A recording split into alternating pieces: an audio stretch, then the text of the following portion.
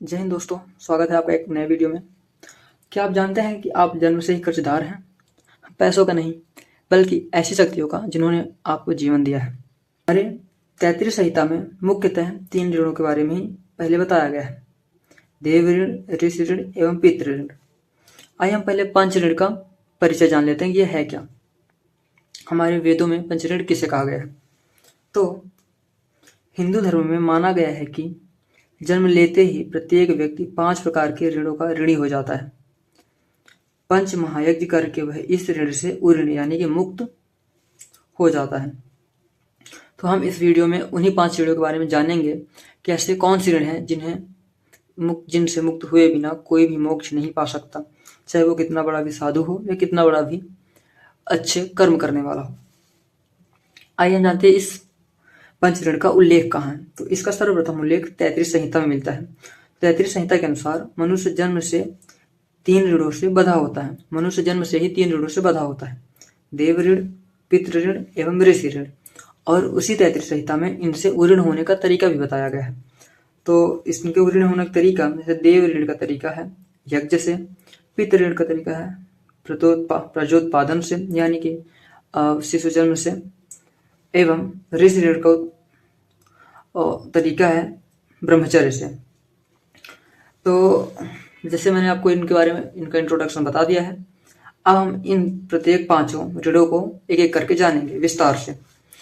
आइए आप देखिए और आप भी जानिए और हमें बताइए कि इनमें से आपको सबसे महत्वपूर्ण कौन सा ऋण लगता है। तो हमारा सबसे पहला है पितृ ऋण। हम इसके सबसे पहले इसके आशय जानते हैं कि पितृ ऋण बेसिकली कहते किसे हैं। क्या है पितृ ऋण?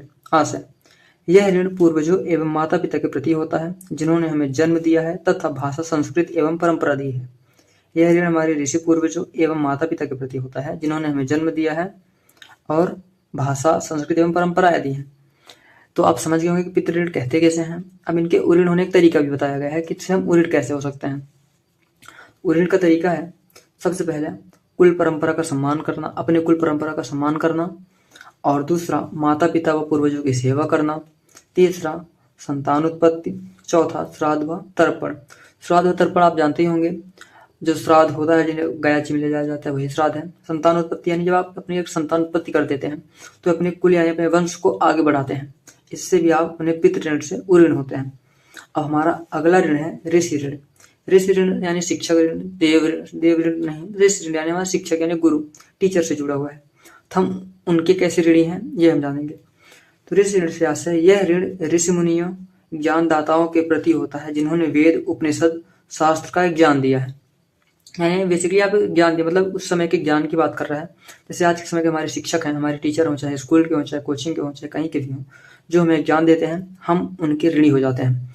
तो अब इस ऋण से हम कैसे मुक्त हो सकते हैं, तो इसका तरीका भी बताया गया है। इसके ऋण होने का तरीका वेद अध्ययन एवं ज्ञान संरक्षण है।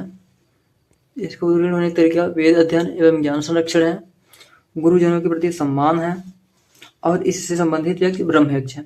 हम इसके बारे में यज्ञ भी बता देंगे। यज्ञ बेसिकली वही है इनसे ऋण होने का तरीका, जिनका नाम जिन्हें यज्ञ कहा गया है। तो अगर आप कहें तो मैंने विस्तृत में बता सकता हूँ, बाकी इसमें बताने की कोई इतनी आवश्यकता है नहीं। अब इस ऋषि ऋण विशेष क्या है? ऋषि ऋण एक ज्ञान और साधना के माध्यम से मोक्ष का मार्ग प्रशस्त करता है। यानी ऋषि ऋण यानी कि ऋषि जो हमें ज्ञान देते हैं उसके माध्यम से ही हम मोक्ष को प्राप्त कर सकते हैं, इसलिए ऋषि ऋण महत्वपूर्ण हो जाता है। अब हमारा अगला ऋण है देव ऋण।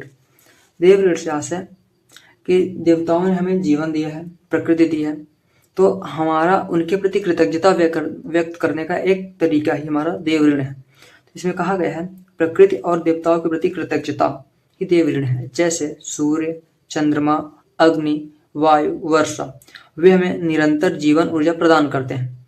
इन्हीं कारण हम देव के ऋणी हैं। और इससे संबंधित एक देव यज्ञ है।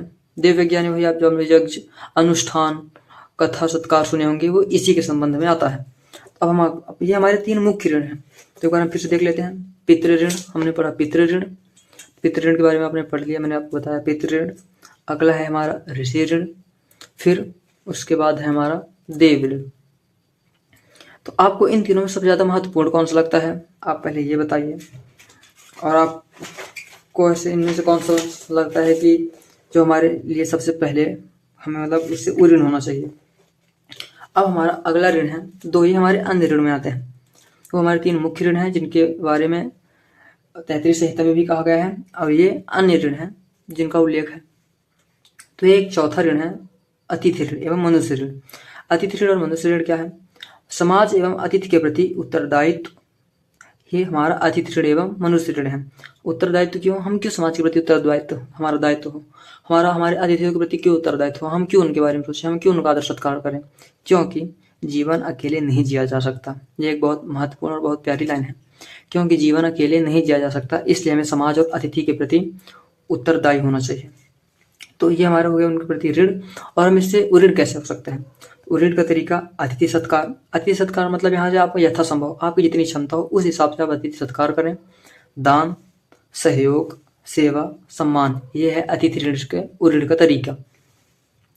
अब इससे यज्ञ, अतिथि यज्ञ, मनुष्य यज्ञ। यज्ञ जैसे बेसिकली मैंने आपको बता दिया है कि यज्ञ जो ही हैं जिनके बारे में कहा गया है, इनके ऋण होने का तरीका ही यज्ञ है।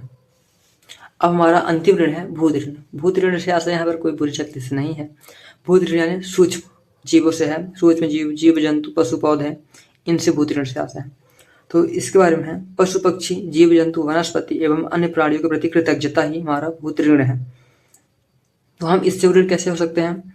इससे ऋण होने का तरीका जीवों को भोजन देना, वृक्षारोपण करना, जल संरक्षण करना, पशु पक्षियों पर दया करना। और यज्ञ, भूत यज्ञ जैसे यही हमारा यज्ञ में यही जो ऋण का तरीका दिया गया है यही बताया जाएगा। तो मुझे उम्मीद है आपको आज का वीडियो समझ में आया और पसंद आया होगा। और कमेंट में बताइए कि आपके अनुष्ट देव कौन है।